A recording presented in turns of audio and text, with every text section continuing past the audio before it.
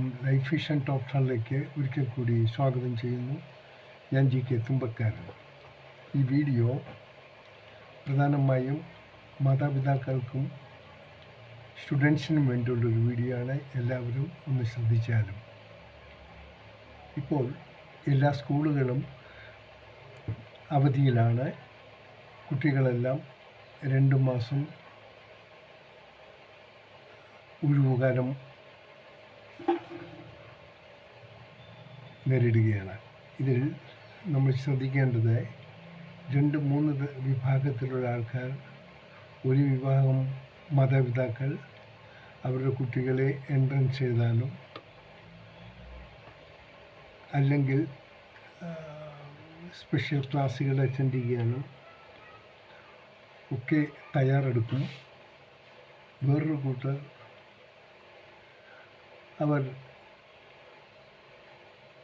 അടുത്ത അഡ്മിഷന് വേണ്ടിയുള്ള പരക്കം പാച്ചിലായിരിക്കും. ഒരുപക്ഷെ പ്രതീക്ഷിക്കുന്ന രീതിയിലുള്ള മാർക്ക് കിട്ടാനുള്ള സാധ്യതയില്ല എന്ന് മുന്നിൽ കണ്ടുകൊണ്ട് അടുത്തുള്ള അല്ലെങ്കിൽ ശകലമകലെയുള്ള സ്കൂളുകളിൽ, പ്രധാനമായും പ്രൈവറ്റ് സ്കൂളിൽ പ്രവേശനം ലഭിക്കാൻ വേണ്ടിയുള്ള നെട്ടോട്ടത്തിലാണ്.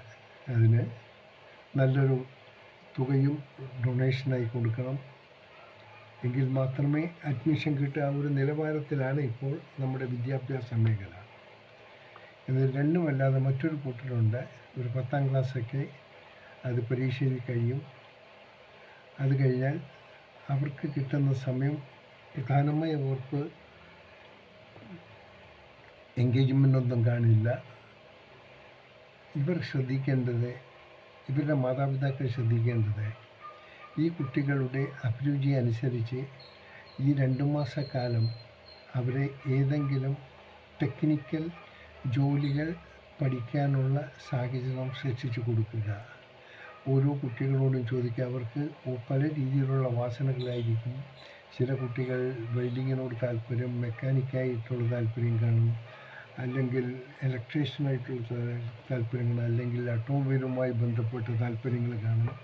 അപ്പോൾ അവരുടെ ഇൻട്രസ്റ്റ് അനുസരിച്ച് നിങ്ങളുടെ അടുത്തുള്ള ഏതെങ്കിലും ഇതേപോലുള്ള സ്ഥാപനമുണ്ടെങ്കിൽ ആ സ്ഥാപനത്തിൽ ഈ നിങ്ങളുടെ മക്കളെ പ്രാക്ടീഷനായി അല്ലെങ്കിൽ ഒന്ന് പഠിക്കാൻ വേണ്ടി അവിടേക്ക് ആക്കുക. ഈ കിട്ടുന്ന 2 മാസ ടൈം അവർക്ക് കിട്ടുന്ന നല്ലൊരു ട്രെയിനിങ് ആയിരിക്കും. അതല്ലെങ്കിൽ ഇവർ വെറുതെ സമയം പാഴാക്കി കളയും. കൂട്ടുകാരുമായി അങ്ങോട്ടും ഇങ്ങോട്ടും അലഞ്ഞു തിരിയും. ബുദ്ധിമുട്ടുകളുണ്ടാകും. ഇവരെ പിന്നെ ഒരു ലക്ഷ്യബോധമില്ലാതെ ആ ദിവസങ്ങൾ വേസ്റ്റാക്കി കളയും. മാതാപിതാക്കൾ അതിന് വേണ്ട പ്രധാനമായൊരു മുൻകരുതലുകൾ എടുക്കണം. നിങ്ങളുടെ സുഹൃത്തുക്കൾക്കാർക്കെങ്കിലും എന്തെങ്കിലും വർക്ക്ഷോപ്പുകളോ അല്ലെങ്കിൽ എന്തെങ്കിലും ടെക്നിക്കൽ ജോബ് എന്ന കോൺട്രാക്ട്സ് ഉണ്ടെങ്കിൽ അവരോടൊപ്പം നിങ്ങളുടെ മക്കളെ താൽക്കാലികമായി ഒരു സ്പെഷ്യൽ ട്രെയിനിങ് എന്ന കണക്കിന് അയക്കുക. എന്നാൽ അയക്കുന്നതിന് മുമ്പായി അവർക്ക് ഇൻട്രസ്റ്റുള്ള ഫീൽഡാണോ എന്ന് കൂടെ ചിന്തിക്കണം.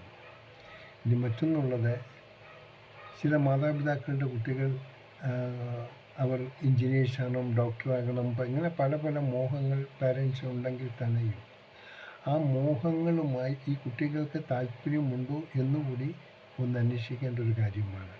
അതറിഞ്ഞിട്ടായിരിക്കണം അവർ ആ ലൈനിലേക്ക് തിരിച്ചുവിടേണ്ടത്. ഏറ്റവും പ്രധാനം, ഈ 2 മാസക്കാലം ഒരു രീതിയിലും പിള്ളേരെ വെറുതെ വീട്ടിൽ നിർത്താതിരിക്കുക. അവർ അങ്ങോട്ടും ഇങ്ങോട്ടും അടഞ്ഞു നടക്കും, ബുദ്ധിമുട്ടുകളുണ്ടാകും. മുൻകാലങ്ങളെ അപേക്ഷിച്ച് സുരക്ഷിതത്വമല്ല. പ്രധാനമായി ഇപ്പോൾ ചെറിയ കുഞ്ഞുങ്ങളിൽ തന്നെ അക്രമവാസന, ഈവൻ മയക്കുമരുന്ന് ഉപയോഗിക്കേണ്ട ഒരു ടെൻഡൻസി, മയക്കുമരുന്ന് ഈ കുട്ടികളെ തേടിപ്പിടിച്ച് അവരെ കേടാക്കി മാറ്റുന്ന ഒരവസ്ഥ, ഇതെല്ലാം ഈ ഒഴിവുകാലങ്ങളിൽ ഉണ്ടാകുന്നതാണ്. അതുകൊണ്ട് വളരെ വളരെ അത്യാവശ്യമായി അവരെ ഏതെങ്കിലും ഭാഗത്ത് എൻഗേജ് ചെയ്യുക. ഇനി മറ്റു ചില കുട്ടികൾ കാണും, ടെക്നിക്കലായിട്ട് യാതൊരു ഇൻട്രസ്റ്റുമില്ലാത്ത കുട്ടികൾ. അവർ വേണമെങ്കിൽ നിങ്ങൾക്ക് ചെയ്യാവുന്ന ഏതെങ്കിലും ഷോപ്പിംഗ് സെൻറ്ററിൽ വല്ല സെയിൽസ് അസിസ്റ്റൻ്റോ സെയിൽസ്മാനായിട്ടോ എന്തായിട്ടെങ്കിലും. ഇത് പണക്കാരെന്നോ പാവപ്പെട്ടവരോ എന്നുള്ളൊരു വ്യത്യാസം ഉണ്ടാകാൻ പാടില്ല.